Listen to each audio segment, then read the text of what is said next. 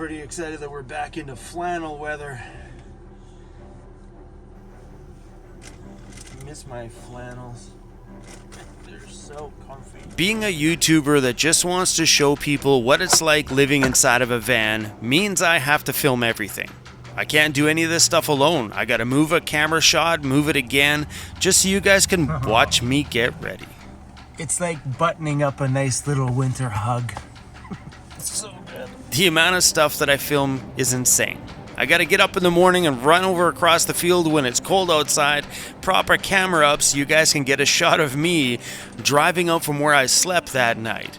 I always want to make sure that you guys can see the bigger picture of my world, but that means that as a YouTuber, we run around and do crazy things. We prop cameras up in weird places. We have to go way up the road to put a camera up to come all the way back to pick it up. This is a movie of my life. These roads are getting a little bumpy out here, so we're going to take some tire pressure out of these things. Smoothing out that ride a little bit.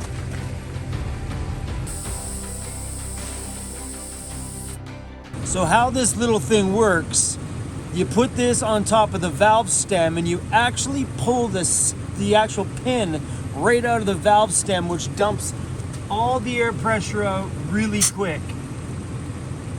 It's a bit scary sometimes because you actually have to pull that pin out. I do thankfully have replacement pins if for some reason it breaks or doesn't go back in properly. So yeah, you tighten that up, this goes in, you literally unscrew that inside little stem and you pull it right out. And it dumps full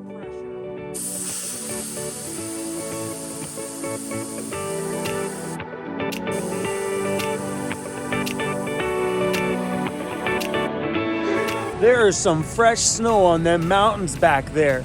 We're in Valemount BC, just outside of Jasper National Park. It is a chilly one out here this morning. Thank goodness for the flannels. I'm so stoked to be back into flannel season. Anyway, before we get down this road, let's talk about tire pressure for a quick second. I don't drop the pressure down too low because I'm just doing like forest service road driving. So there's no need for like 10 PSI, dropping it right down to like 4x4 kind of pressures. If I get in that situation, sure, I'll drop the pressure rate down to grab some traction to get me out but for general backcountry driving, I just want to ease up on that washboard little vibration, you know, because it can be pretty bad in there with my build vibrating and all my pots and pans and stuff vibrating. So for me, I normally run about 65 PSI in the back and 60 PSI in the front for regular everyday driving. My factory van specs recommend 80 and 60. I do 65 and 60. And when I'm on the backcountry, I drop down 20 PSI in the rear and 30 PSI in the front, giving me 45 PSI and 30 PSI. And that's what we're at here today. So the great thing about it, it takes 2 seconds to drop more pressure out, and it takes a few minutes to put some more air pressure back in. So traveling around with an air compressor and a way to drop your tire pressure is just a great way to make your backcountry driving just a little bit more bearable. Morning, buddy. Y'all ready for this? Y'all ready for some bumpy roads, bro? Good morning, crew.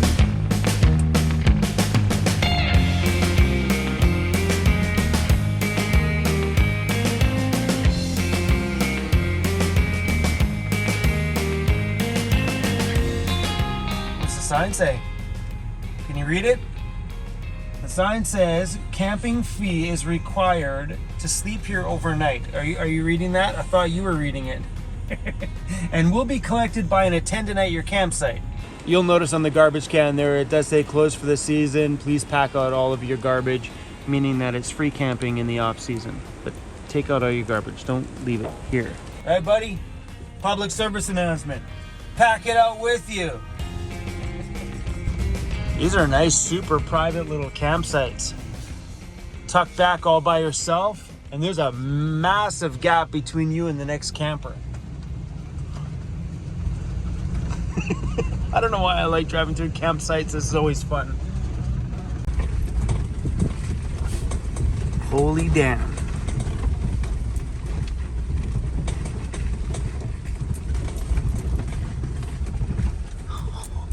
Oh, wow. When I was in that little community of Valemount the other day, I noticed a ton of trucks. And with talking with some of the locals, I found out that the pipeline is the biggest industry out there right now. I bet you this backcountry is mighty busy on the weekends. I ran into a subscriber in town the other day that was like, Valemount, I don't know, man. This area is pretty damn beautiful. And I love being in these places in the off season because of most of the campsites are shut down for the season. Signs are saying pack out all your stuff if you're gonna stay here, and they're free, which is amazing because if you're traveling around these backcountry areas and you're a little bit worried about where to camp out and where to stay, those little rec sites are amazing. And in British Columbia, there are hundreds and hundreds and hundreds of actual free rec sites that are open all year long. You'll have to look them up on the BC Rec Site website. Yeah, Valemount, not bad. Not bad.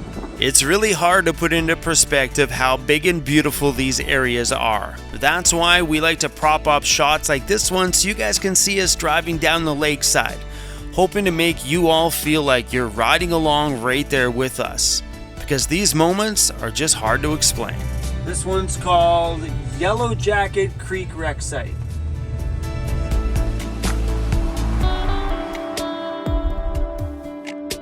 There's another recreational site here called Horse Creek.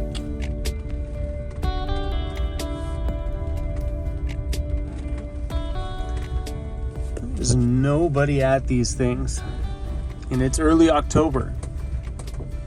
Weather's not really that cold out yet.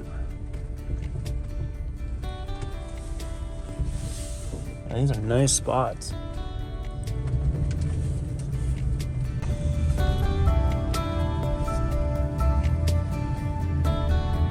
Right there, Horse Creek Recreational Site.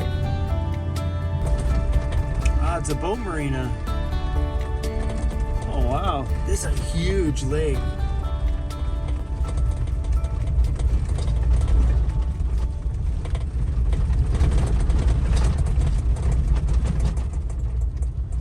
Yeah, sign right there says this is the Valemount Marina.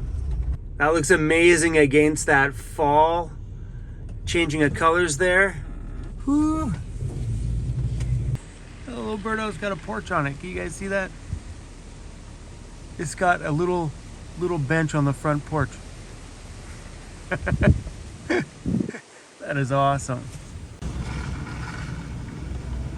Some of the greatest moments in my van life experience so far has never come from me just sitting still somewhere enjoying a view while being static. It's always come from moments driving down a road somewhere, maybe experiencing something I've never experienced, like being on a high cliffside, or running into some crazy wildlife out here, or meeting some wild local with some big crazy story. I find life has always been better the more I move around. I don't like driving up super steep mountain roads that have skinny little trees on this side, because if I were to go whoop, those things are not going to hold this whole van from tumbling right down into the bottom. So my stomach flips upside down in these scenarios. Give me some big trees, something hardy with some life still left in it, because I'm like, you're going straight down into the drink at that point. See you later. Hasta luego. Adios, muchachos. Heck no. Heck no.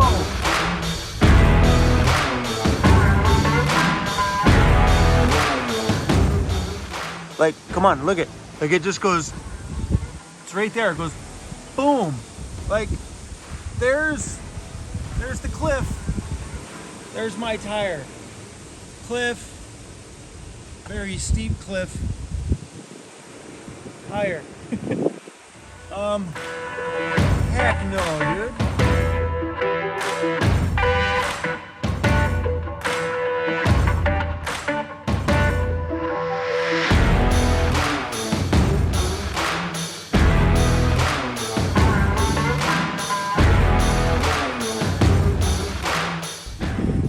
Holy, that view. We're back down at Horse Creek Recreational Site. We're gonna snag that little spot here. Yeah, this one here. You remember that one? Yeah, that's a good spot. I used to have a big flashy life, a great big Hummer. I used to park in front of the club all the time, a great big nice apartment overlooking the city with the big DJ studio. That thing was pimping, man. Like the place you bring the ladies back and the girls were like, damn, you got a nice condo. And now, right there on the screen, in that van is everything that I own. And I've never felt more accomplished than I do right now with just that.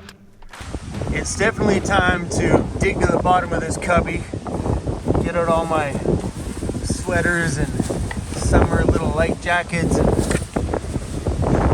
well, that might work. It's my vest. Oh yeah. That wind out here though is relentless. Back to back to back, just wind.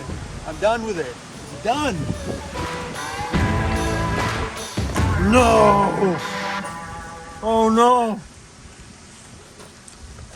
I brought out some food and I put the eggs in my pocket. Oh no! Look at, guys, really, look at. Oh my God! My pocket is full of egg. Why did I do that? Look at. Pocket full of sunshine right there, baby. What was I thinking? So what happened was, sometimes when I take stuff out of my fridge in the back, like eggs or avocados or something like that, and my hands are full, sometimes I will, oh, look at this. Sometimes I'll put those items in my pocket to bring them back inside my van. Oh man, I can't wear this today. Oh, gross. Oh, man. I'll never do that again. What an idiot. Pocket full of sunshine. Okay, this is going in the wash. Don't judge me, bro. Don't judge me. I need another egg now. This time I'm gonna carry it.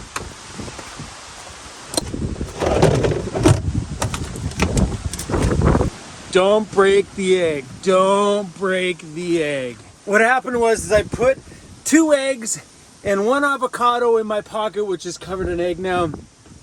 And when I picked up Cruz to put them back inside the van, I felt this pop on my pocket. I'm like, no! That may be nice, but the wind is blowing like crazy and it is cold, cold, cold. Damn it! Let's get a fire going. By that I mean like make some breakfast. Turn on the camp stove, make a little breakfast. Today for breakfast we're gonna have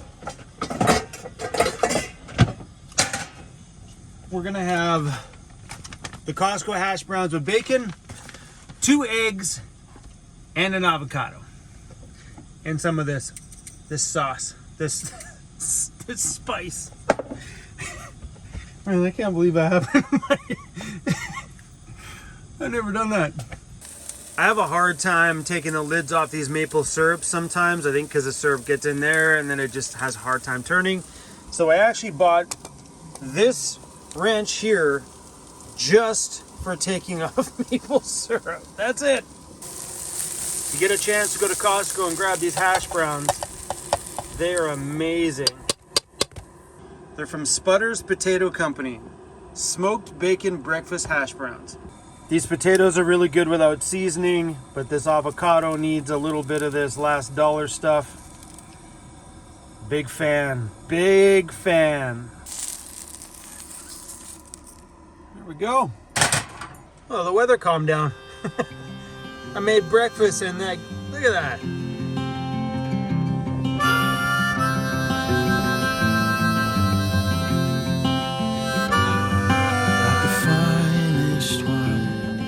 Your love keeps getting better with the passing time. Tastes sweeter on my lips. Countless days roll by. It can make a man grow bitter, but you've made this man better. After all these years, after all these years, I still love you. Through every single tear we've ever cried. 'Cause after all these years, I brought the two of us right here. No place I'd rather be. After all these years,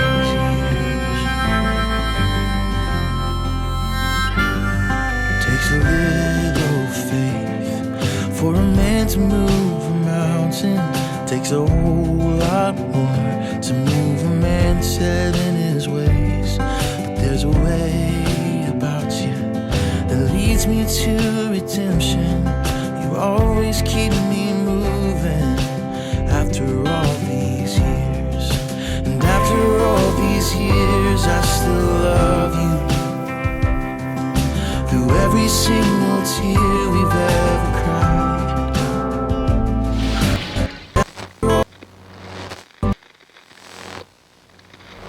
I broke 2 of the propellers on my drone. The first time I have broken this thing since I bought it. I thought it came with extra ones. I just don't know where they are. I'm gonna have to go online and order some more. Oh no!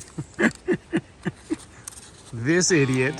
I've had that drone for a while, and I got cocky today thinking, man, I could fly this thing into my van and get a shot of it going out of my van. And well, I got it in there and I hit the wrong little toggle and bam, right into my cabinet. And it broke. But at least it broke here and not way up in some tree somewhere where I can't get it, and then we lose $600 because it's dangling from like a 60-foot tree or 100 feet in the air or something. I'm shocked. Out of all the time I've had that thing, this is the first time. And it crashed inside of my home, of all places. I know some of you are thinking, Chrome, your van's pretty ballin' out of control right now. Yeah, it is. I work hard to make this thing into my personal piece of paradise. It's also only 70 square feet, and I own this one. I own it. I don't owe a single penny on it, and this thing doesn't owe me anything. Well, look at the dust. This is from that back road, man. It's still like all over my vehicle. But that's the great thing about living in a van, is that you're not paying rent anymore. And if you're not paying rent, then you have the ability to save a little bit of money over the years. And then you can afford to buy yourself some of those old luxuries that were in your old lifestyle and bring them into this one. Sure, there are different luxuries, but I brought my nice little speakers back, which make for great listening in the van at night. I bought myself some nice gear from my van studio. It's not quite the stuff I had in my big DJ studio, but I got it. It's here. It all fits in a cupboard. We're good to go down the road. But you don't need fancy things. So don't get caught up when you're watching videos like mine and seeing great big beautiful van conversions like mine that you need it. You don't. I lived in my van for years without all this fancy schmancy stuff. But when you work hard, then you'll end up just upgrading your van. I think that's just a standard part of life. You know, you have the ability to convert your home into your dream home. And besides, building a van is way cheaper than building a home. At least it is here where I am anyway. Okay, song's over. We gotta go. Peace out.